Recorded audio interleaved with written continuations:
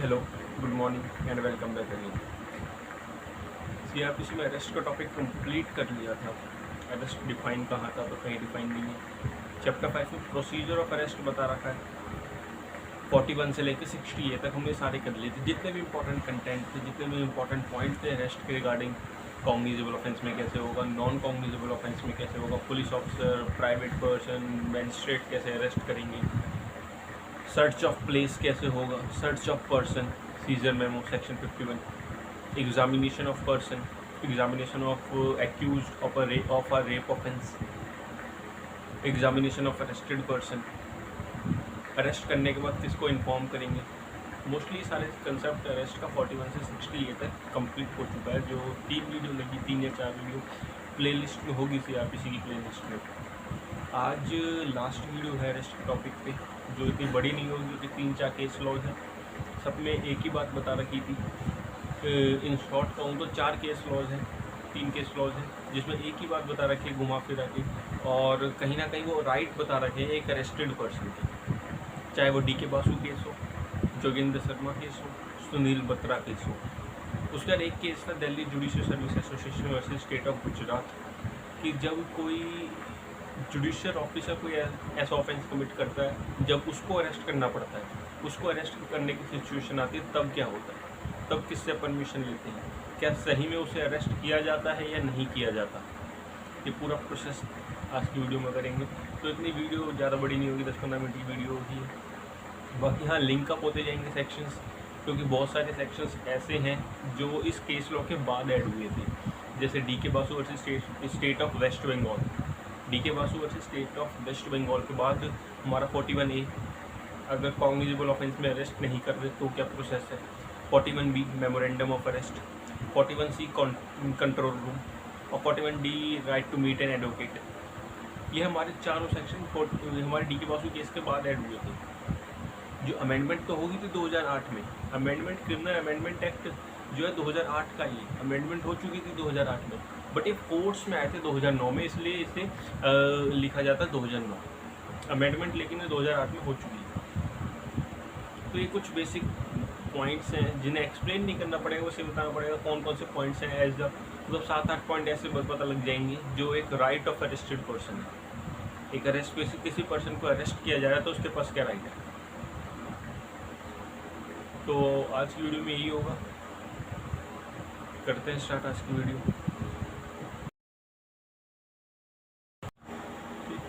तो सबसे पहले स्टार्ट करते हैं DK बासु केस के साथ। DK बासु केस में क्या हुआ, तो सबसे पहले मैं बता दूं DK बासु केस बहुत इंपॉर्टेंट केस हुआ है, जिसमें राइट ऑफ अरेस्टेड पर्सन बताए गए थे। इवन ये आप कभी पुलिस स्टेशन में जाओगे तो वहाँ पर बाहर लिखा होते हैं, इस केस के जितने भी पॉइंट है सारे के सारे बाहर लिखे होते हैं, ताकि हम एक अवेयर कर पाए उस पर्सन को जो अरेस्ट हो रहा है कि आपके पास क्या क्या राइट है। आप अपना मेडिकल एग्जामिनेशन करवा सकते हैं, आप अपने फैमिली मेम्बर को, रिलेटिव को इन्फॉर्म कर सकते हैं, ये सब आपके राइट्स हैं। ये सब DK बासु केस के बाद हेल्ड हुए थे। DK बासु केस का पूरा नाम क्या था, DK Basu versus state of West Bengal. तो सबसे पहले इसमें स्टार्ट करता हूँ कि इसमें पॉइंट्स क्या क्या हेल्ड हुए थे DK बासु केस में। सबसे पहला पॉइंट था कि कोई भी पुलिस ऑफिसर जब भी किसी को अरेस्ट करने जाएगा, तो वो प्रॉपर ड्रेस में होगा। आइडेंटिफिकेशन नेम बैच मिलता है उनको, एक बैच मिलता है जिसपे उनका नाम लिखा होता है, वो बैच लगा होना चाहिए, ताकि जिस पर्सन को आप अरेस्ट करने जा रहे हो वो देख सके, आइडेंटिफाई कर सके, ठीक है कि जो अथॉरिटी मेरे को अरेस्ट करने आई है उस पर अथॉरिटी है मेरे को अरेस्ट करने की, कोई मेरे को ऐसे ही मतलब रॉन्गफुली कन्फाइन करके तो नहीं ले जा रहा। अगर ऐसा करता है तो उस पर्सन के पास राइट है सेक्शन 99 में प्राइवेट डिफेंस का राइट है। तो पुलिस ऑफिसर को क्या करना पड़ेगा, प्रॉपर ड्रेस में होना पड़ेगा, आइडेंटिफिकेशन बैच दिखाना पड़ेगा, वारंट है तो वारंट दिखाना पड़ेगा कि हाँ इस कोर्ट ने आपके अगेंस्ट वारंट इशू किया, इसलिए हम आपको अरेस्ट करने आए। नॉन कॉग्निजेबल ऑफेंस में वारंट इशू होंगे, कॉग्निजेबल ऑफेंस में तो वारंट इशू नहीं होंगे, वो विदाउट वारंट भी अरेस्ट कर सकता है सेक्शन 41 में। ठीक है, तो basically DK Basu versus state of West Bengal में सबसे पहला पॉइंट जो था यही था कि जो भी पुलिस ऑफिसर अरेस्ट करने आएगा वो प्रॉपर आइडेंटिफिकेशन नेम बैच के साथ आएगा। इसका दूसरा पॉइंट, अरेस्ट मेमो बनेगा। भाई आप अरेस्ट करने आए, प्रॉपर ड्रेस में थे, नेम बैच था, आपने अरेस्ट कर लिया।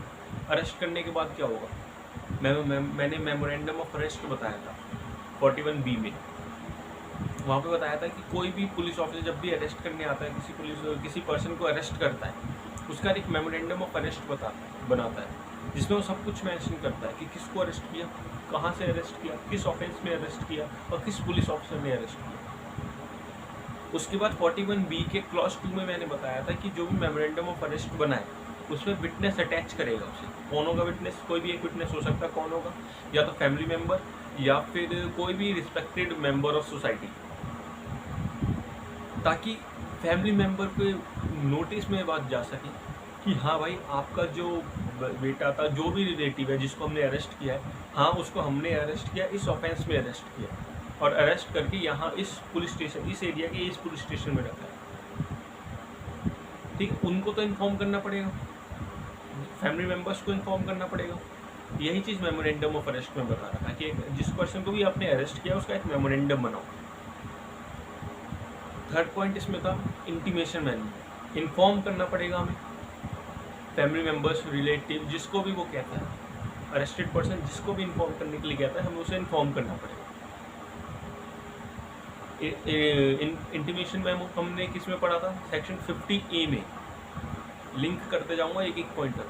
सेक्शन 50A में हमने इंटीमेशन मेमो पढ़ा था, जिसपे ये बता रखा था कि जब भी पुलिस ऑफिसर अरेस्ट करता है, एक इंटीमेशन मेमो बनाएगा, एक डायरी मेंटेन करेगा। डायरी में सब कुछ लिखेगा कि हाँ, इस पर्सन को अरेस्ट किया है, इस ऑफेंस में अरेस्ट किया है, और इसने इस पर्सन को, जो भी हो वो पर्सन, रिलेटिव हो, फैमिली मेम्बर हो, उसको इन्फॉर्म करने को कहा था और हमने उसको इन्फॉर्म कर दिया है। वो डायरी बनाएगा प्रॉपर पुलिस ऑफिसर। 50A की क्लॉज 2 में दे रखा है ये डायरी मेंटेन का। और क्लॉज 4 में कह रखा है कि जब भी वो पुलिस ऑफिसर उसको, जिस पर्सन को अरेस्ट कर लिया, 24 घंटे के अंदर प्रेजेंट करेगा। तो जब भी प्रेजेंट करेगा तो जो आपने डायरी मेंटेन करी है ना, वो मैजिस्ट्रेट मांग सकता है कि भाई साहब, आपको मैंने ऑर्डर दिया हुआ है 50A, सेक्शन 50A में आपको बता रखा है कि आपकी ड्यूटी है कि जब भी किसी को अरेस्ट करोगे उसके रिलेटिव को, फैमिली मेम्बर्स को इन्फॉर्म करोगे। तो आपने इन्फॉर्म किया है? नहीं किया।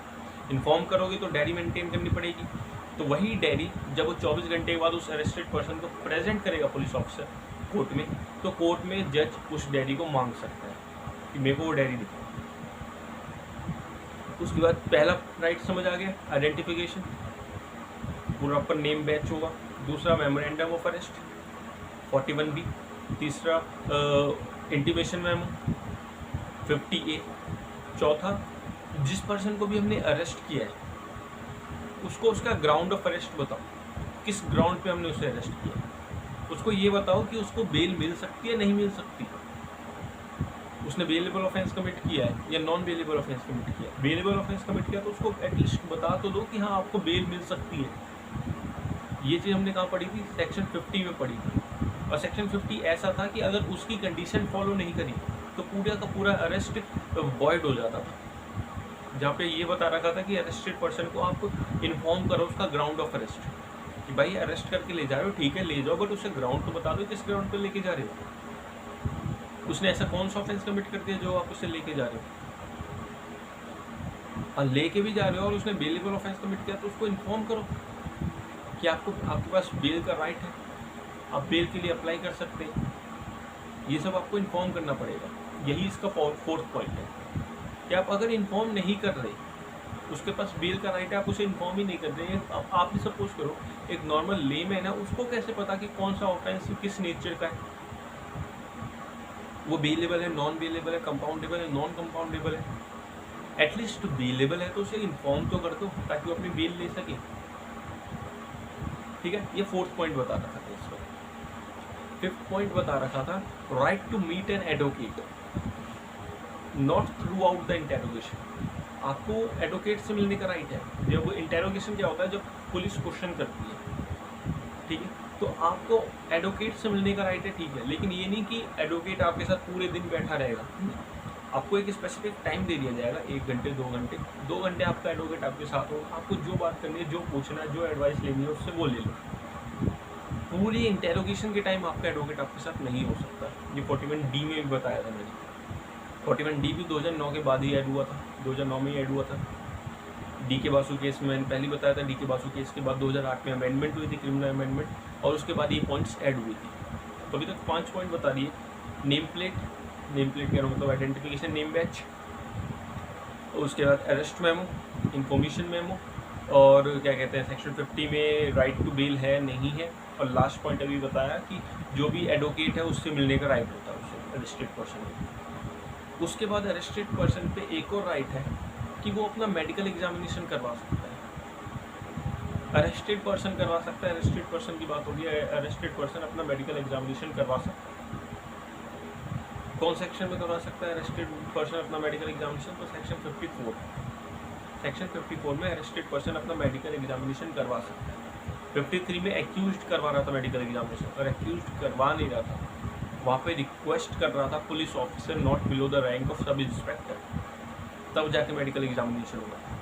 लेकिन यहाँ पे अगर अरेस्टेड पर्सन का मेडिकल एग्जामिनेशन करना है तो किसी की रिक्वेस्ट की ज़रूरत नहीं है, वो डायरेक्ट है, मैंडेटरी नेचर है कि वो वहाँ पे मेडिकल एग्जामिनेशन होगा ही होगा उस पर्सन का। जिसको भी हम अरेस्ट करके लेके जा रहे हैं उसका मेडिकल एग्जामिनेशन करती है पुलिस ऑफिसर, ताकि एक रिपोर्ट निकल के आ सके कि इसको कौन कौन सी डिसीज़ है, कौन कौन सी डिसीज़ नहीं है।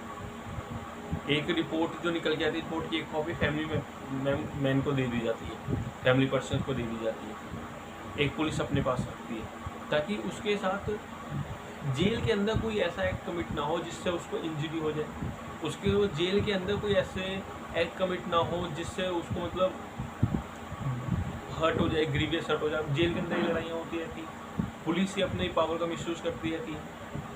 अगर पुलिस मारेगी तो चोट का निशान तो आएगा, और चोट का निशान आएगा तो मेडिकल एग्जामिनेशन में निशान आ जाएगा। अब जेल में जाने से पहले क्या रिपोर्ट थी, जेल में जाने के बाद क्या रिपोर्ट थी, वो मैच हो जाएगी।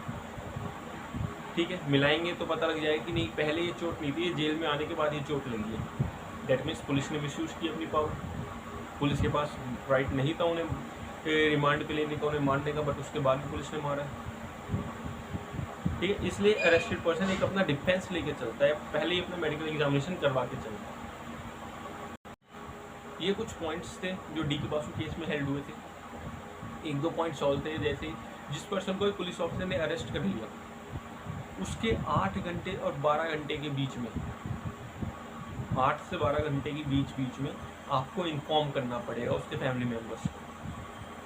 24 घंटे तो आपके पास है कि आप 24 घंटे में मजिस्ट्रेट के सामने प्रेजेंट कर दो, लेकिन 8 से 12 घंटे के बीच में आप उसको इन्फॉर्म कर दो फैमिली मेम्बर्स को।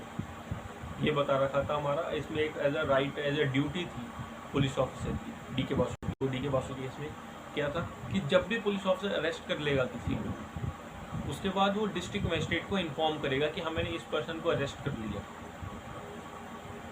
कौन सा सेक्शन का? सेक्शन 58। ये सारे पॉइंट्स ऐसे हैं जो इसी लिंक अप हो पा रहे होंगे सेक्शन से। सेक्शन मतलब D K Basu versus state of West Bengal में क्या था? सबसे पहला नेम बैच होना चाहिए जो भी पुलिस ऑफिसर अरेस्ट करने आएगा। दूसरा मेमोरेंडम ऑफ अरेस्ट बनेगा 41B। तीसरा इंफॉर्मेशन मेमो 50A। चौथा राइट टू बेल है नहीं है, और ग्राउंड ऑफ अरेस्ट डिस्क्लोज कर रहे थे 50 में। फिफ्थ पॉइंट ये था कि आपको जो भी एडवोकेट है उससे मिलने का राइट होता है अरेस्टेड पर्सन को 41D में। उसके बाद अरेस्टेड पर्सन का मेडिकल एग्जामिनेशन हो रहा था। ये कहीं ना कहीं राइट बता रखे हैं सारे के सारे अरेस्टेड पर्सन पे क्या क्या राइट है। अगर पुलिस उसका मेडिकल एग्जामिनेशन नहीं करती तो वो करवा सकता है, वो ये उसका राइट है। अगर पुलिस ये मेडिकल एग्जामिनेशन नहीं करवाई तो वो करवा सकता है, वो बोल सकता है पुलिस वालों से कि मेरा राइट है मेडिकल एग्जामिनेशन का, मेरा मेडिकल एग्जामिनेशन करवाएं। तो ये कुछ राइट्स हैं जो डी के बासु केस में बताए गए, और यही सेम पॉइंट्स हैं जो हमने सेक्शंस में भी पढ़े थे, जो सेक्शन में भी डाल दिए गए थे। तो जैसे ये सब हमने पढ़ा था, डिस्ट्रिक्ट मजिस्ट्रेट को एक्सप्लेन जो बताएं इन्फॉर्म करेंगे जिसको भी, तो ये राइट था कि इन्फॉर्म करेंगे डिस्ट्रिक्ट मजिस्ट्रेट को जब भी अरेस्ट करेगा पुलिस ऑफिसर को। वो जैसे ही पुलिस ऑफिसर ने अरेस्ट किया जाकर डिस्ट्रिक्ट मजिस्ट्रेट को इन्फॉर्म कर देगा सेक्शन 58 में। तो ये कुछ पॉइंट्स थे section D K Basu case में जो हेल्ड हुए थे as a right of arrested person. Arrested person के ये राइट है। एक Joginder Sharma versus state of UP का भी केस था, उसमें भी कुछ नहीं, इन्फॉर्मेशन मेमो की ही बात की थी, सेक्शन 50A की ही बात की थी कि जिसको भी आप अरेस्ट कर रहे हो उसके फैमिली मेम्बर्स को, उसके रिलेटिव को, उसके फ्रेंड्स को इन्फॉर्म करो, एक डायरी मेंटेन करो, और डायरी कोर्ट कभी भी मंगा सकता है। ठीक है, ये Joginder Sharma versus state of UP में हुआ था। एक सुनील बत्रा वर्सेस दिल्ली एडमिनिस्ट्रेशन का केस था। सुनील बत्रा वर्सेस दिल्ली एडमिनिस्ट्रेशन के केस में क्या बताया था कि भाई जिसको भी आप अरेस्ट कर रहे हो, अरेस्टेड पर्सन का भी एक फंडामेंटल राइट्स तो उनके पास भी होते हैं, उनका कोई भी राइट वायलेट नहीं होना चाहिए। उनके साथ मतलब ये नहीं जैसे जेल में कोई सेक्सुअल हरासमेंट नहीं होनी चाहिए, उनको प्रॉपर हेल्थी मतलब प्रॉपर कंडीशंस मिलनी चाहिए जिसमें वो रह सके। ठीक है, डिसेबल पर्सन है जो मेंटली या फिजिकली कैसे भी डिसेबल है, उसको उस हिसाब से उस हिसाब से उसका एटमॉस्फेयर मिलना चाहिए ताकि वो वहाँ पे रह सके। ऐसे ही एटमॉस्फेयर ना दे दो, ऐसी कंडीशन मत रहने को दो ताकि वो रह ही ना पाए। ठीक है, तो सुनील बत्रा केस में नॉर्मली यही बताया था कि जो भी अरेस्टेड पर्सन है उसके साथ कोई सेक्सुअल हरासमेंट ना हो, उनको अंदर ऐसा माहौल मिले कि ताकि वो उसमें जी सकें। ठीक है, क्योंकि अरेस्टेड पर्सन के पास भी उनके राइट होते हैं। डिसेबल है, फिजिकली डिसेबल है, तो उनके लिए उसके अकॉर्डिंग उसकी कंडीशन उसको प्रोवाइड की जाए। ये सब Sunil Batra versus Delhi administration case में बताया। उसके बाद लास्ट केस था जो Delhi judicial service association versus state of Gujarat की केस था, जिसमें बताया था कि अगर किसी जुडिशियल ऑफिसर को, किसी जज को अरेस्ट करना तो पुलिस ऑफिसर कैसे अरेस्ट करेगा। तो सबसे पहले पुलिस ऑफिसर इन्फॉर्म करेगा कोर्ट ऑफ सेशन को और हाई कोर्ट के चीफ जस्टिस को, उनको सारे फैक्ट एक्सप्लेन करेगा। अगर वो अलाउ करते हैं कि अरेस्ट करो इनको तो अरेस्ट किया जाएगा, वरना कोई फॉर्मल अरेस्ट नहीं होगा। और बाकी जो वो बनते हैं, इन्वेस्टिगेशन रिपोर्ट बनती है, वो सब प्रॉपर बनेगी, लेकिन उन्हें अरेस्ट नहीं किया जाएगा जब तक ऑर्डर कौन नहीं देता, कोर्ट ऑफ सेशन और chief justice of high court. ठीक है, उसके बाद इनको हैंड कफिंग कभी नहीं लगाई जाएगी। इनके जो भी हमने fact, police officer fact disclose करेगा कोर्ट ऑफ सेशन को और chief justice of high court को। अगर उन्हें लगता है कि हाँ फैक्ट के अकॉर्डिंग अब इन्हें अरेस्ट करना चाहिए तो वो कर सकते हैं, अदरवाइज उन्हें अरेस्ट नहीं किया जा सकता। ये हेल्ड हुआ था हमारा Delhi judicial service association versus state of Gujarat के केस में। ये कुछ केस लॉस थे जो अरेस्ट के रिगार्डिंग है। अरेस्ट के रिगार्डिंग केस लॉ जो इम्पोर्टेंट है वो सबसे इम्पोर्टेंट डीके बासु और जोगिंदर शर्मा का केस लॉ। और उसके बाद एक केस लॉ था state of Haryana versus Dinesh Kumar का, जिसमें अरेस्ट की डेफिनेशन बताई। जिसमें ये बताया था कि अरेस्ट वैसे नॉर्मली कहीं डिफाइन नहीं है, बट आपको अरेस्ट वैसे कहीं नॉर्मली डिफाइन नहीं है, बट आपको एक जनरल मीनिंग लेना है। उसके लिए आप सेक्शन 46 को रेफर कर सकते हैं, जहाँ पे ये बताया था अरेस्ट होता कैसे है। Normally touch the body, touch the person and confined him at a separate place, वो एक अरेस्ट होता है। तो अरेस्ट का टॉपिक आज कंप्लीट हो चुका है, जिसमें केस लॉज भी हो गए, सारे सेक्शंस भी हो गए। अब जो नेक्स्ट टॉपिक स्टार्ट होगा chapter 6 of criminal procedure code 1976, जिसमें कोर्ट के पास पावर है, वो कंपेल कर सकता है किसी भी पर्सन को उनकी अपीयरेंस के लिए कि आप कोर्ट में अपीयर हो by mode of summon, warrant and proclamation notice. वो नेक्स्ट वीडियो से स्टार्ट करेंगे। अभी के लिए इतना ही। Thank you, thanks a lot.